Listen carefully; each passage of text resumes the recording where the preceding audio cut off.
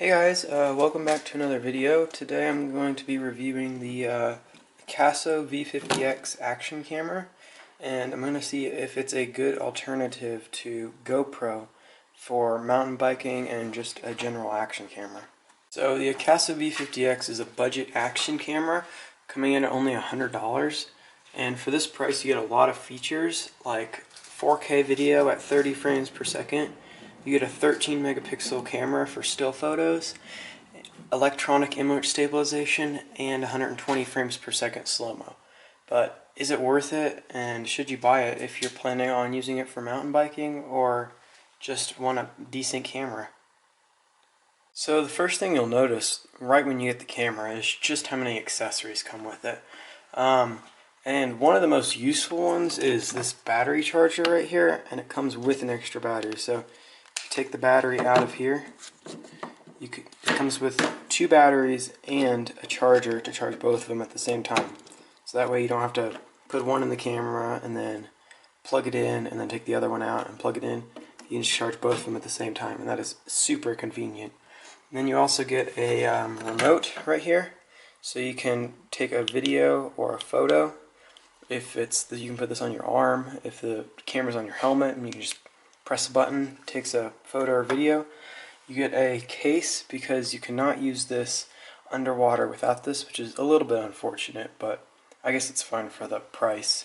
And then just a bunch of mounts and tape, which then you can use to mount onto a helmet like this.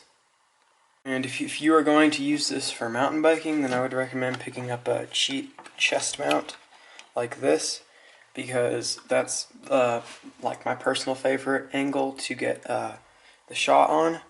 And I don't know if you know this, but to get a good angle while mountain biking, you have to mount the camera upside down. It's a little counterintuitive, but if you don't and you mount it straight up like this, it can only go so far back like this. So then your camera, when you're mountain biking, is looking like this down at the ground, because when you're mountain biking you're like hunched over. So you want to put it upside down and then just flip the video upside down when you're editing. So it's not that big of a deal. This camera specifically does not automatically flip the images. I know a lot of the GoPros do, but this one does not, which is kind of unfortunate. One biggest downside of this camera is the microphone. The microphone built in is really bad, but you can pick up this external microphone that I have put on my chest mount for only $10, and it improves it a ton and shields it from the wind. So that is definitely worth picking up if you want to be talking or just want to pick up audio while you're doing it. So here's what the audio sounds like without the microphone. Okay, so this is the built-in microphone on the Casso camera, and as you can see, it's pretty bad. And here's what it sounds like with the microphone. Okay, now this is with the external microphone plugged in. As you can see, it's not the greatest microphone, but it makes a world of difference on the quality of the audio. And for $10, if you want to be talking while you're using this camera at all, it was definitely worth it. Okay, so as you can see, the external microphone makes a lot of difference. And if you get the external microphone, this is what you have to do to turn it on. You have to go into the settings here, go to the video there, which is what it goes automatically on. You scroll down, and then right there, external microphone. If that's not turned on, then it'll still use the one built in, which is right there, and that is not good. So you want to turn that on and then reboot it. Just hold down the power button to turn it off, and then hold it back on to turn it back on. And that is how you turn on the external microphone. Another great feature about this camera is the image stabilization. It is not quite up to par to GoPro's HyperSmooth, but it is still pretty good. And how you go in to turn that on is it should be turned on when you get it, but you hit this little settings button down there. Oops, right there. And it's the second option down there. And then you can also change your resolution right there. So I am at 4K 30, but you can go all the way down to 720p at 120 if you wanted to. Okay, let's test the image stabilization. So This is what it looks like when the image stabilization is off. Okay, this is with an external microphone and image stabilization off. Let's go off a small drop. We'll pedal up this hill a little bit. Turn around. And then we'll go off a little jump. Okay, and then for the final test, go across some rocks, down the curb. And this is what it looks like when the image stabilization is on. Okay, now we have image stabilization on with an external mic again. So let's just run the same route and see what difference this makes. So we'll start off with the drop.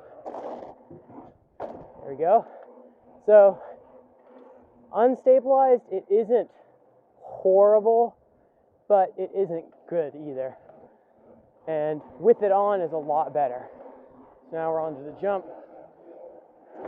There we go. Turn around. We'll go across the rocks, down the curb, and that was the image stabilization. Okay, that's enough with the video for right now. Now let's go on to the photos. So to change to photos, you hit the power button right there. Just click it once. And then there will be all the different modes that you can shoot in right here. And you just want to go to photo. And then you can take your photos. So here are some example photos.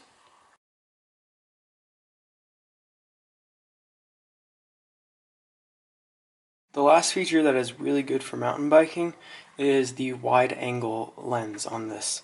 So if you don't know what that is, it just means that the angle that the lens can see is a lot farther. So in this specific camera, the max you can go is 170 degrees. So that is quite a wide angle. So here's what 170 degrees looks like. Here's 140. 110, and then last 70. And if you were filming at 70 degrees angle on your chest, you wouldn't be able to see very much, and it would not be pleasant to watch. So, okay, another feature that this camera has is slow motion. So to do that, you just hit the power button again, and hit the slow motion button right there. And then right now I'm at 1080p at 90 frames per second, but if you want to go slower, you go into the video settings, you scroll down and hit the slow motion, and then you can choose 720p with 120 frames per second. So that will give you a slower video but lower quality. So here's 1080p 90.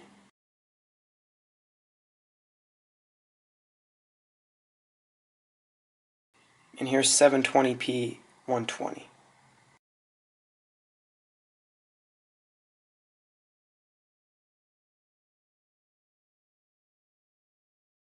Now let's not move on to the features where you wouldn't really use for mountain biking. I mean, you could, but the last one isn't for mountain biking at all. But this one is a time lapse, and this could be good if you are like building a jump or something and want to show another camera angle or something. And how you turn that is the same way that you do all the other modes, pressing the power button, but you can change the interval of how often it takes a photo. So you could hit the time-lapse interval button down here, and then you can choose how often it takes a picture, all the way down to 1 minute actually. And what this does is, if you set it to 1 minute, then it will take one picture every 1 minute, but then play it back at 30 frames per second. So this is if you were doing if you took a 12-hour video, it would probably compress it into, I don't know, like a 30-second video. So that's if you really want to show time lapse, but usually you're good at like 2 to 5 seconds there. The last feature isn't related to mountain biking at all, but I just thought I'd include it because it does it really well, and it is underwater photos and videos. So you will need the case right here to take underwater photos and videos, and then I also recommend this grip because if you drop the camera while you're swimming with it, this floats to the top and sticks up like this, and then you can see it in the water easily and you don't lose your camera. So if you want to change it to diving mode, which just makes it a little bit crisper underwater, you go to the settings again, hit this one, and then turn on diving mode right there. And what that does is it just gives the screen a little bit of an orange tint to it, and just compensates for like the blueness of the water and makes your video look a little bit better.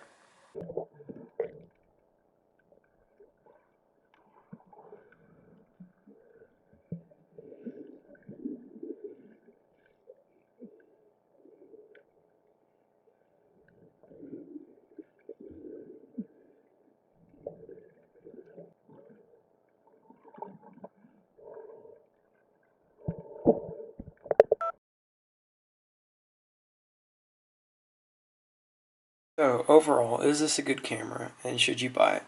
Well, if a good camera, yes, it's pretty good, and you can use it for a lot of different things.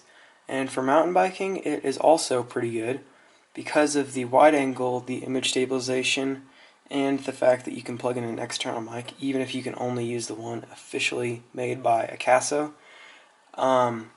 But if you here's some clips from my last video at Ute Valley. It's pretty scary. Neither of us have done it yet. A little bumpy here.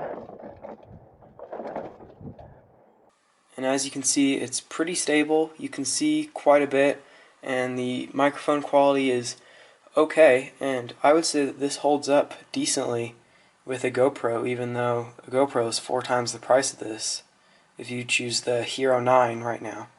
So overall, if you want a cheap action camera, I would definitely consider this one.